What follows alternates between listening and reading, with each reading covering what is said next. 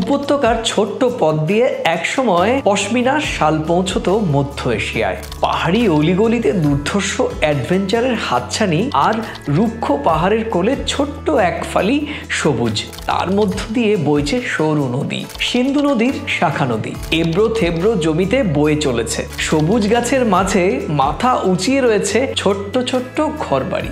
লাদাখের সরু উপত্যকা যেন স্বর্গ। প্রিয় দর্শক, আপনারা দেখছেন প্রথম কলকাতা। প্রথম কলকাতা প্রকৃতির কথা বলে, আর সঙ্গে থাকি আমি সুব্রত আচার্য। লাদাখের চেনা পরিচিত জায়গার মাঝেও এমন এক গ্রাম রয়েছে যা হয়তো এখনো অনেক পর্যটকের কাছেই অজানা রয়েছে। আজ সন্ধান দেব লাদাখের বুকে তেমনই এক অফবিট জায়গার, সুরু ভ্যালি। পঞ্চদশ ষোড়শ শতকে এই জায়গা দিয়ে পশ্চিম লাদাখ থেকে পশমিনা উল যেত কাশ্মীরে, আর সেই উল দিয়েই তৈরি হতো উন্নত মানের সুন্দর শাল। আর সেই শাল এবং অন্য সামগ্রী তিব্বত হয়ে লাদাখ, এরপর কাশ্মীর দিয়েই পৌঁছে যেত এশিয়ার বিভিন্ন অঞ্চলে। শুষ্ক মরুভূমি আর তুষারাবৃত পর্বত গোটা লাদাখ জুড়েই। তবে এই ভ্যালির চারপাশে সবুজে ঘেরা মনোরম এক পরিবেশ, এ কারণেই একে লাদাখের বাকি সব জায়গা থেকে একেবারে আলাদা করে তুলেছে।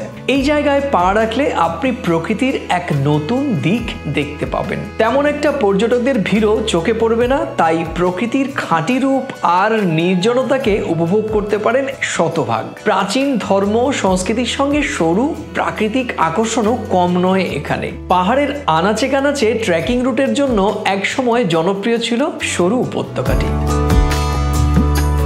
এখানে গেলে কি কি দেখবেন? এই সরু ভ্যালির এক বিশেষ আকর্ষণ হলো কার্তোসেখার বুদ্ধ মূর্তি। পাহাড়ের গায়ে খোদাই করা 7 মিটার উঁচু এই মৈত্রের বুদ্ধ মূর্তিটি এমনভাবে রয়েছে যা এটি চারপাশের প্রকৃতির সৌন্দর্যকে এক নতুন মাত্রায় তুলে এনেছে।